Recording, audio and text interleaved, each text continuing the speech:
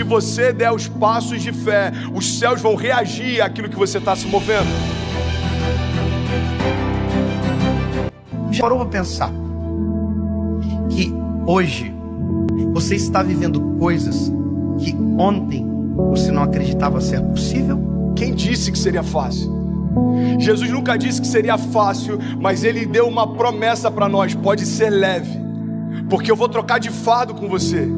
Eu já troquei de lugar com você na cruz, então aquilo que você merecia receber, eu já recebi. E aquilo que eu merecia por parte do meu Pai, eu entreguei para vocês. Mas isso não significa que vai ser fácil, irmão.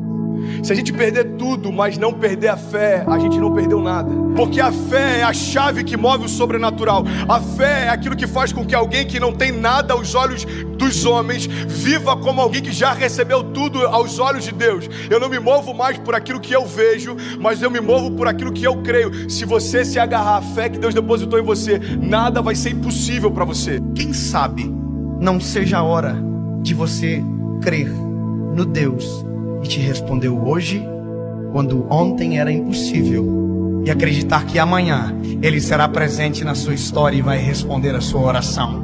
Uma palavra libera um destino. Uma palavra ressuscita mortos. As nossas decisões, elas têm impactos a curto, médio e longo prazo.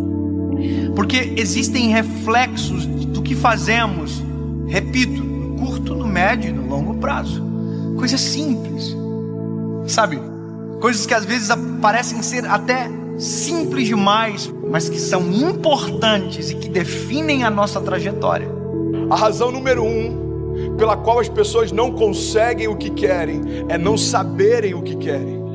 Se você parar para pensar na nossa vida, nós só valorizamos quando aquilo que estava nas nossas mãos vai embora.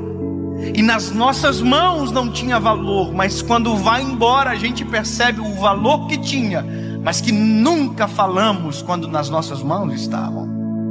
Nós não olhamos com um olhar sensível para aquilo que temos, para o que somos.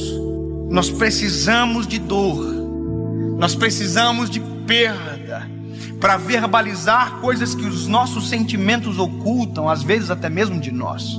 Por que você murmurava ao invés de você declarar aquilo que você desejava ver? A fé não é a gente constatar o que está acontecendo, é a gente declarar o que vai acontecer. Então, ao invés da gente ficar murmurando, entenda isso em nome de Jesus, começa a declarar por fé as realidades ao teu redor e elas vão ser transformadas.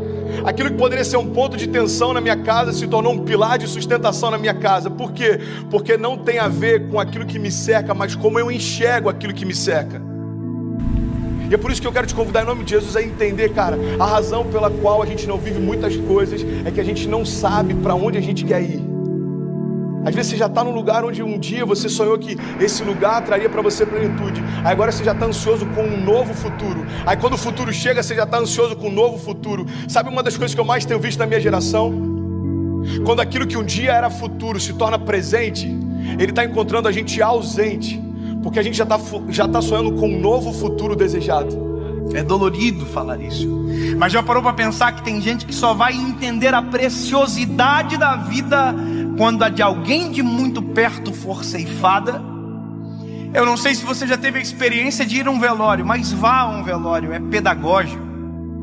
Você sai do velório muito mais amoroso, você sai do velório muito mais sensível, muito mais grato. Você agradece o ar que expira quando descobre que a pessoa que está no caixão faltou o ar para viver. Você valoriza o coração que bate no peito. Você valoriza a esposa que você tem. E às vezes só se valoriza quando perde. Você verbaliza, às vezes, palavras fora de hora. Vá a um velório onde alguém que perdeu o pai e que nunca disse que o amava, para você ver a dor que é. Ele abraça o caixão, ele grita: eu te amo! Mas essa palavra não surte mais nenhum efeito, porque quem precisava ouvir não ouve mais. Porque tem coisas que só valem enquanto há tempo, fora de tempo não vale mais. O seu posicionamento define os seus limites. Sabe, isso está ligado à tua fé, isso está ligado à tua família, isso está ligado ao teu chamado, o teu posicionamento define os seus limites. Tem milagres que você está esperando que aconteçam, mas você não deu os primeiros passos de fé para que eles se realizem. Tem romper que você está esperando que se manifeste, mas você ainda não deu os primeiros passos de fé para que ele aconteça. Tem momentos, irmão, que a gente está clamando para que Deus mande a chuva, mas a gente nem preparou a terra ainda. E Deus está falando: ei, se eu mandar a chuva do jeito que os campos estão, eu vou destruir a tua plantação, eu não vou te abençoar com isso. É Deus falando: ei, se prepara para receber aquilo que eu quero derramar, se prepara para receber aquilo que eu vou derramar sobre você. Você precisa se posicionar na direção do teu milagre. Nós não podemos deixar a nossa vida chegar a um momento aonde as esperanças não existem mais, porque aquilo que era para ter sido um tempo, perdeu-se o tempo. Perder para valorizar. Nós não precisamos disso. Nós não precisamos, sabe, deixar ir embora para perceber a importância que tinha quando estava perto. Alguém que não é rei ainda, mas já se porta como tal, está preparado para assumir o trono. Você quer um exemplo claro? Deus unge Davi. Davi era improvável, Davi era desconhecido, Davi até para o seu pai e para os seus irmãos era invisível, mas a partir daquele dia, aos olhos de Deus, Davi já estava no trono. Só que aos olhos dos homens, olha para mim em nome de Jesus, como demorou um período entre a unção de Davi e Davi assumir o reinado. Aos olhos dos homens, os homens olhavam para o trono e viam Saul. Aos olhos de Deus, o trono estava vazio, irmão, porque o rei que era por direito ainda não havia se assentado lá. Ei, Deus está falando: tem tronos que você está olhando e parece que estão ocupados, aos meus olhos já foram esvaziados. Não se mova por aquilo que o homem vê. Eu não vejo como o homem vê. Talvez você está olhando para uma situação e ela parece intransponível. Jesus já está olhando lá na frente e já foi vencida.